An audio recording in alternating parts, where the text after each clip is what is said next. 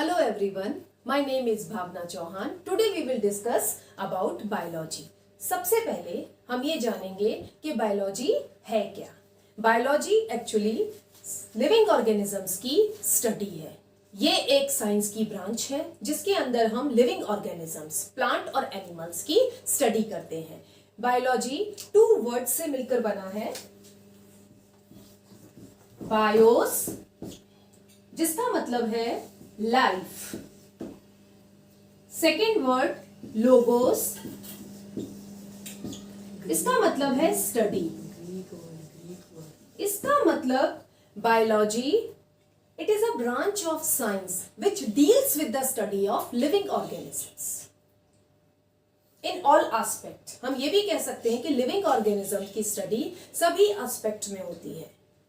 उनकी फिजियोलॉजी, उनकी जो प्रोसेसिंग है, उनकी वर्किंग कैसे होती है, लिविंग ऑर्गेनिजम्स किस तरीके से आपस में इंटरेक्ट करते हैं और वो नॉन लिविंग ऑर्गेनिज्म से या नॉन लिविंग थिंग्स से जो कि एनवायरनमेंट में प्रेजेंट है उनके साथ इंटरेक्ट करते हैं. अब हम लिविंग ऑर्गेनिजम्स के कैरेक्टरिस्टिक पढ़ेंगे. हम कैसे कह सकते हैं कि कोई भी चीज लिविंग ऑर्गेनिजम्स में है या फिर वो नॉन लिविंग थिंग है. अगर मैंने ये मार्कर लिया है तो मैं इसे नॉन लिविंग नहीं कह सकती या मैं इसे लिविंग नहीं कह सकती.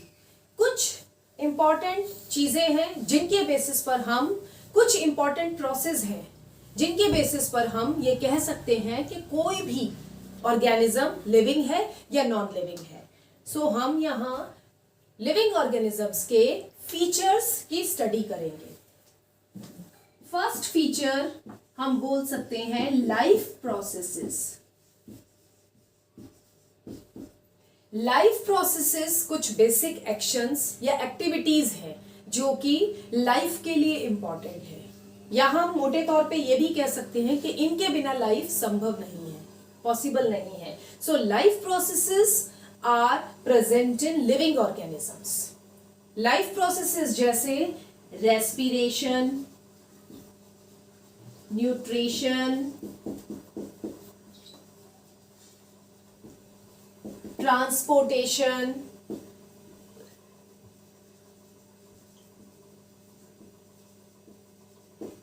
एक्सक्रीशन,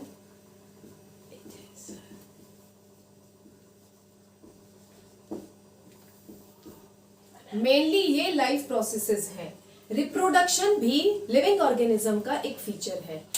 रिप्रोडक्शन एक इंपॉर्टेंट बायोलॉजिकल प्रोसेस है लेकिन हम उसे इंपॉर्टेंट लाइफ प्रोसेस नहीं मान सकते क्योंकि रिप्रोडक्शन इंपॉर्टेंट है स्पीशीज के कंटिन्यूएशन के लिए और स्पीशीज का नंबर बढ़ाने के लिए, जबकि लाइफ प्रोसेसेस इंपॉर्टेंट है लिविंग ऑर्गेनिजम्स के लिए, इंडिविजुअल के सर्वाइवल के लिए इंपॉर्टेंट प्रोसेसेस है.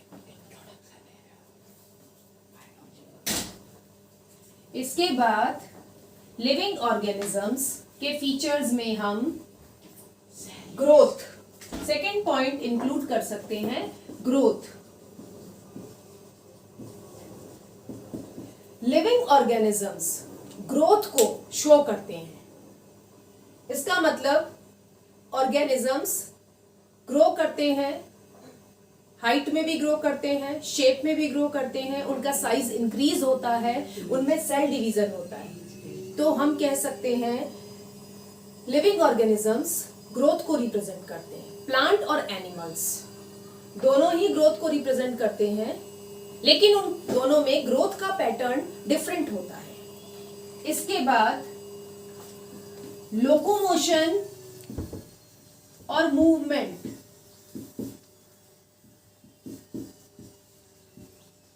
ये भी लिविंग ऑर्गेनिज्म का एक इंपॉर्टेंट फीचर है. लिविंग ऑर्गेनिज्म लोकोमोशन और मूवमेंट को शो करते हैं. लोकोमोशन जो आप फिजिक्स में मोशन के बारे में पढ़ते हैं वही लोकोमोशन है. इसमें हम ये कह सकते हैं कि अगर लिविंग ऑर्गेनिजम्स अपनी पोजीशन टाइम के साथ में एक प्लेस से दूसरे प्लेस में चेंज कर रहे हैं तो ये लोकोमोशन कहलाता है. लेकिन मूवमेंट का मतलब है कि पोजीशन चेंज नहीं हो रही है, only the organisms, organ and part can move. तो हम लोकोमोशन एंड मूवमेंट को बता सकते हैं। तो एनिमल्स जो होते हैं वो लोकोमोशन को शो करते हैं, प्लांट्स जो कि स्टेशनरी होते हैं वो मूवमेंट को शो करते हैं।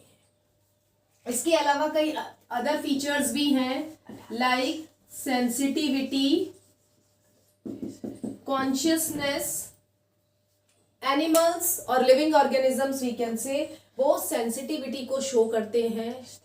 नर्वस सिस्टम, अगर हम एनिमल्स की बात करें तो नर्वस सिस्टम भी है, ब्रेन का डेवलपमेंट है। प्लांट्स का इंटरेक्शन एनवायरनमेंट के साथ दूसरे तरीके से होता है। प्लांट में नर्वस सिस्टम नहीं होता है, but they are sensitive to the non living things and other living organisms also. उनका मूवमेंट और सेंसिटिविटी ग्रोथ मूवमेंट के हिसाब से होता है। Next, adaptation.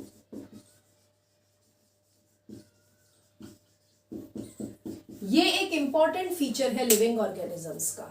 Living organisms surrounding से अडप्ट होते हैं। इसका मतलब ये है कि वो सराउंडिंग के अकॉर्डिंग अपने आप को अडप्ट करते हैं, अपनी फिजियोलॉजी को अडप्ट करते हैं ताकि वो सरवाइव कर सकें। सो हमने अभी लिविंग ऑर्गेनिजम्स के कैरेक्टरिस्टिक के बारे में पढ़ा है। अब हम पढ़ेंगे कि लेवल्स, लिविंग ऑर्गेनिजम्स की बॉडी ऑर्गेनाइजेशन कैसा होता है और उनके क्या लेवल्स होते हैं।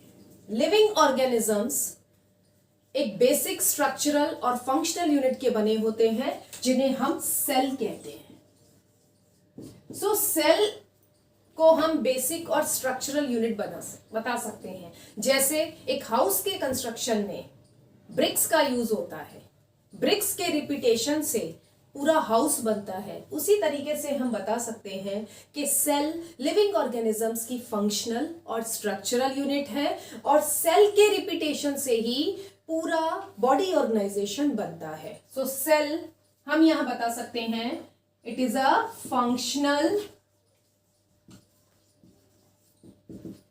And structural unit.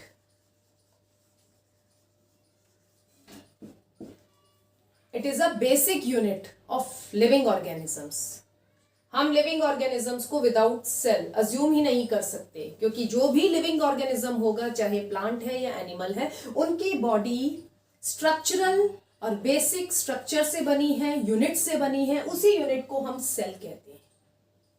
Body organisation depend करता है नंबर ऑफ सेल्स पर। यूनिसेलुलर एनिमल्स भी होते हैं जैसे अमीबा, पैरामीशियम, यूग्लिना। तो इनकी बॉडी में केवल एक ही सेल होती है, तो उनका बॉडी ऑर्गेनाइजेशन सिंपल होता है। और बॉडी ऑर्गेनाइजेशन हम कह सकते हैं सेलुलर लेवल का, क्योंकि केवल सेल ही होती है, सिंपल बॉडी ऑर्गेनाइजेशन होता है और एक ही सेल सारी बॉडी की फंक्शनिंग को कर सकती है। लेकिन जब कॉम्प्लेक्सिटी आती है, इसका मतलब जब नंबर ऑफ इंडिविजुअल्स में सेल्स का नंबर इंक्रीज होता है, तो हर सेल हर काम तो नहीं कर सकती है। डिवीजन ऑफ लेबर डेवलप्ड होता है, क्योंकि अगर एक ही सेल सारे काम करेगी, इसका मतलब हम ये कहेंगे कि अगर सेल का नंबर ज्यादा है और हर सेल अगर हर काम को करेगी, तो इसका मतलब उसका वर्कलोड बढ़ जाएगा और वर्क एफिशिएंसी कम हो जाएगी। तो अगर इंडिविजुअल में कॉम्प्लेक्सिटी के हिसाब से नंबर ऑफ सेल्स बढ़ती हैं, तो सेल्स जो कि सिमिलर स्ट्रक्चर की होती हैं और सिमिलर फंक्शन करती हैं और उनका ओरिजिन भी सिमिलर होता है, वो आपस में मिलकर टिश्यू बनाती हैं। तो हम ये कह सकते हैं कि tissue is a group of similar cells. Similar cell का मतलब है स्ट्रक्चर सेम है उनका और उनका ओरिजिन भी सेम है, और वो एक सेम काम को करने के लिए ग्रुप बना लेती है। Group of similar cell.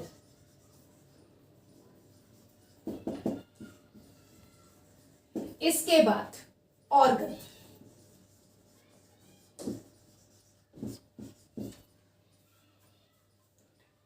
Organ भी बॉडी ऑर्गेनाइजेशन की यूनिट है जो कि किसी एक फंक्शन को करने के लिए केपेबल है। अगर हम एक ऑर्गन की बात करें तो organ is a group of tissues. हम ये कह सकते हैं कि किसी काम को करने के लिए अगर एक स्ट्रक्चर डेवलप्ड हुआ है और उसमें नंबर ऑफ टिश्यूज का इन्वॉल्वमेंट है तो वो स्ट्रक्चर ऑर्गन कहलाता है। तो ऑर्गन को हम ये भी बोल सकते हैं it is a group of tissues.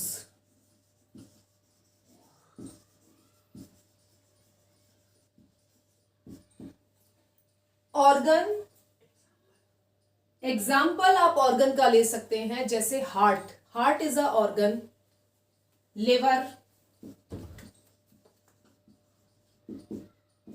Kidney, ये सारे आपके ऑर्गन के एग्जाम्पल हैं क्योंकि इनमें डिफरेंट डिफरेंट टिश्यूज प्रेजेंट होते हैं। सो डिफरेंट टिश्यूज अगर मिलके एक पर्टिकुलर काम को करने के लिए एक स्ट्रक्चर बना रहे हैं तो उस स्ट्रक्चर को ऑर्गन कहते हैं। इसके बाद ऑर्गन सिस्टम, अभी मैंने आप लोगों को बताया है कि लाइफ प्रोसेसेस कुछ ऐसे इंपॉर्टेंट फंक्शंस या एक्टिविटीज होती हैं जो कि लिविंग ऑर्गेनिजम्स के सर्वाइवल के लिए जरूरी होती हैं। तो कॉम्प्लेक्सिटी के हिसाब से लाइफ प्रोसेसेस भी ऑर्गेनिज्म टू ऑर्गेनिज्म वेरी करते हैं और उनकी प्रोसेसिंग कॉम्प्लेक्स होती है। सो हम ये कह सकते हैं कि एक पर्टिकुलर लाइफ प्रोसेस को कंप्लीट करने के लिए डिफरेंट ऑर्गन्स जो कि काम करते हैं, different functions, but these different functions are related to the same life process. उनका काम अलग अलग होता है लेकिन वो काम एक पर्टिकुलर लाइफ प्रोसेस के लिए होता है। जैसे अगर हम न्यूट्रिशन की बात करें तो न्यूट्रिशन में डिफरेंट ऑर्गन्स होते हैं। इफ ह्यूमन डाइजेस्टिव सिस्टम की अगर हम बात करें तो अलग अलग ऑर्गन होते हैं और उनमें प्रोसेसिंग, उनका फंक्शन भी अलग होता है, but main function nutrition, main life process nutrition involve होता है और उसी के लिए सारे ऑर्गन्स आपस में मिलकर एक सिस्टम बना लेते हैं जिसे ऑर्गन सिस्टम कहते हैं। So organ system we can say group of organs which perform a particular life process. Okay, और इसी तरीके से डिफरेंट ऑर्गन सिस्टम से लिविंग ऑर्गेनिज्म बॉडी बनती है। लिविंग ऑर्गेनिज्म की बॉडी बनती है या लिविंग ऑर्गेनिज्म बनता है। सो हम ये कह सकते हैं कि लिविंग ऑर्गेनिज्म में different type of organ system included होते हैं जो रिस्पॉन्सिबल होते हैं अलग अलग लाइफ प्रोसेसेस के लिए। सो बॉडी ऑर्गेनाइजेशन में हम ये इंक्लूड कर सकते हैं सेल्स, जिनमें केवल सेल होती है और सेल ही लाइफ प्रोसेसेस करती है मेनली, तो उनका body organisation cellular level of body organisation हो जाता है। जब नंबर ऑफ सेल्स इंक्रीज होती हैं तो वो ग्रुप बना लेती हैं, तो उनके ग्रुप के हिसाब से हम ये बोल सकते हैं वो टिश्यूज बनाती हैं तो उनका बॉडी ऑर्गेनाइजेशन टिश्यू लेवल का हो जाता है। जब कोई एक सिस्टम या एक लाइफ प्रोसेस के लिए पर्टिकुलर ऑर्गन होता है जिसमें डिफरेंट टिश्यूज कंबाइंड होते हैं तो वो स्ट्रक्चर ऑर्गन कहलाता है। और किसी एक लाइफ प्रोसेस के लिए ऑर्गन्स आपस में मिलकर उस लाइफ प्रोसेस को करते हैं तो वो ऑर्गन सिस्टम कहलाता है और ऑर्गन सिस्टम से हम लिविंग ऑर्गेनिज्म बनता है। और अगर हम आगे देखें तो लिविंग ऑर्गेनिजम्स के बाद में हम ये भी कह सकते हैं पॉपुलेशन बनती है। लिविंग ऑर्गेनिज्म पर्टिकुलर होता है और वो एक स्पीशीज को रेफर करता है, और पॉपुलेशन हम ये कह सकते हैं कि किसी भी एक पर्टिकुलर जगह पर जितने भी प्लेस पर जितने भी स्पीशीज है, डिफरेंट स्पीशीज के मेंबर्स रह रहे हैं, वो मिलके उस प्लेस की पॉपुलेशन को बनाते हैं। और पॉपुलेशन के बाद कम्युनिटी बनती है और कम्युनिटी के बाद में इकोसिस्टम बनता है। तो एक तरीके से बॉडी ऑर्गेनाइजेशन में हम इसे एक्सप्लेन कर सकते हैं। अब हम बात करेंगे branch of biology. Biology is a branch of science which deals with the study of living organism in all aspect। तो इसके अंदर जो मेन बायोलॉजी की ब्रांचेस हैं आज मैं आपको वो बताऊंगी, बिकॉज बायोलॉजी का जो एरिया है वो बहुत वास्ट है, इसकी बहुत माइनर और मेजर ब्रांचेस भी हैं, लेकिन मेनली जो इसकी ब्रांच है हम उसके बारे में डिस्कस करेंगे। सबसे पहले बॉटनी, ये वो ब्रांच है बायोलॉजी की जिसमें हम प्लांट्स की स्टडी करते हैं।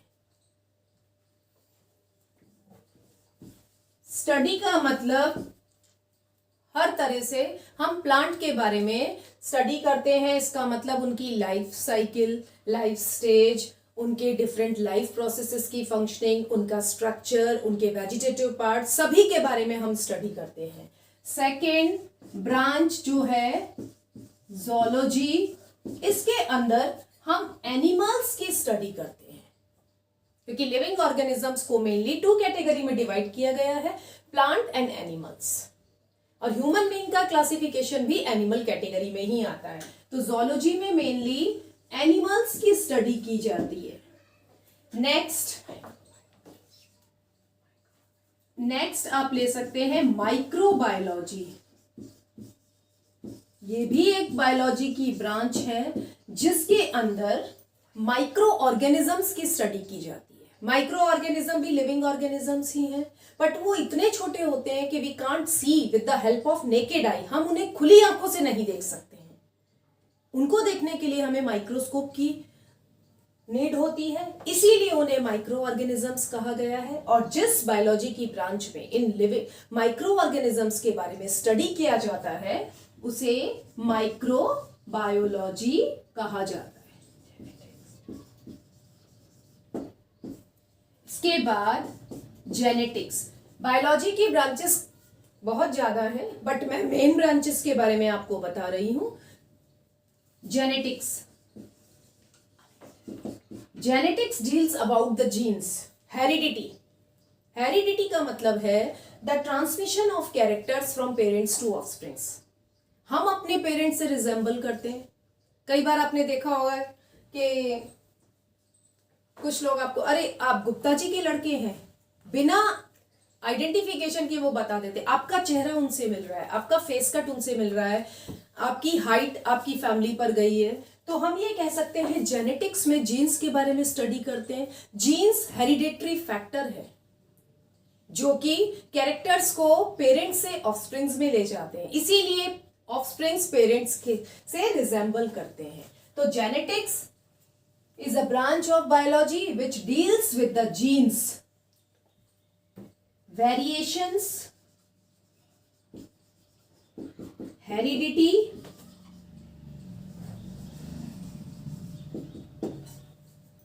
clear? इसके बाद में इकोलॉजी, ये भी बायोलॉजी की ब्रांच है। इकोलॉजी बायोलॉजी की ब्रांच है जिसमें लिविंग ऑर्गेनिजम्स का नॉन लिविंग थिंग्स के साथ इंटरेक्शन, लिविंग ऑर्गेनिजम्स का लिविंग ऑर्गेनिजम्स के साथ में इंटरेक्शन की स्टडी की जाती है। इसका मतलब हम इकोलॉजी में इंटरेक्शन ले सकते हैं जो लिविंग ऑर्गेनिजम्स के बीच में होते हैं और लिविंग ऑर्गेनिजम्स और नॉन लिविंग ऑर्गेनिजम्स के बीच में होते हैं। तो इसमें एनवायरनमेंट से रिलेटेड इंटरेक्शन हम पढ़ते हैं। Thank you so much, have a nice day.